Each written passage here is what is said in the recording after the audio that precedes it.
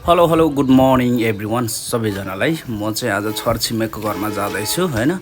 मलाई एकछिन स्कुटी चाहिरहेछ, त्यही भएर चाहिँ स्कुटी पनि यही रहेछ अनि कोही छैन रहेछ घरमा। म आफैले ढोका खोलेर सरर गएको, ठ्याक्कै चाबी पनि भेटाइहालेँ है। अनि चाबी भेटाइसकेपछि सरर देखाउँदै लिएर आएँ हैन। त्यसपछि चट्टसँगले मैले स्कुटीमा घुसारिसकेपछि स्टार्ट गरिसकेपछि अब कहाँ जाने भनेर सोच्दै थिएँ हैन। सोच्दै मलाई चाहिँ ठ्याक्क याद आयो, अस्ति नै मलाई फुपूले बोलाइराख्नु भएको थियो, लिची खानु आइज भनेर भन्नुहुँदै थियो। अनि त्यसपछि अनि म लिची खानु गएँ फुपूकोतिर। हिँड्दै राम्रो भ्यू पनि देखियो। त्यो घरमा आएको ठ्याक्कै दाजुलाई पनि भेटाइयो। अनि दाजुभाइ चट्ट बसेर अब उसिनेको मकै सिजन अनुसारको फल भानी लिची पनि देखा न। लिची पाउनु न यहाँ, लिची त बाँकी नै छ नि यहाँनिर। लिची गाइज लिची मम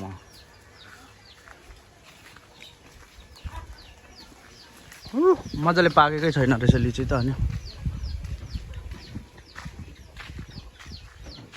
कति लिची वा यहाँबाट कति राम्रो देखिन्छ।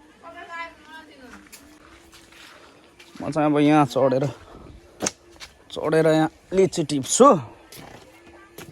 भाँचिन्छ कि या हो, भाँचिँदैन।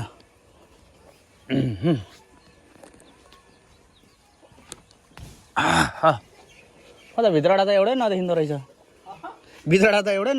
त।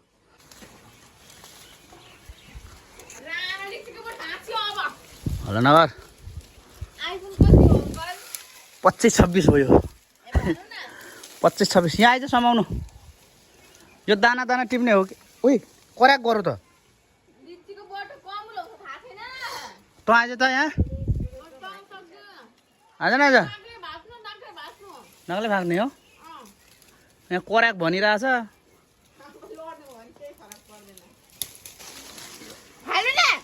झर्छ होला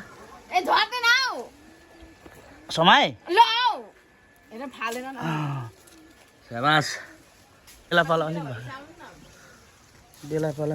अलिक भएको रहेछ गाइज। प्लात्तै लड्यो भने त खत्तम हुन्छ।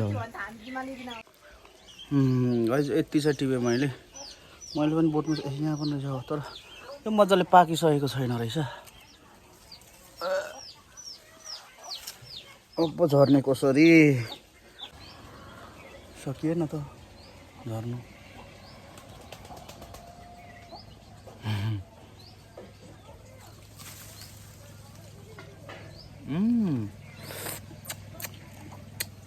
यत्रो बोर्डमा यति चाहिँ टिप्नु सक्यो। यति चाहिँ अलिक पाएको जस्तो रहेछ होइन। अब यो खाइसकेपछि हामी लिची खान जान्छौँ। लिची खासै अहिले खाने बेला चाहिँ भएको रहेनछ। अबको हप्ता दिन पछाडि चाहिँ एकदम मजाले पाक्ने रहेछ है।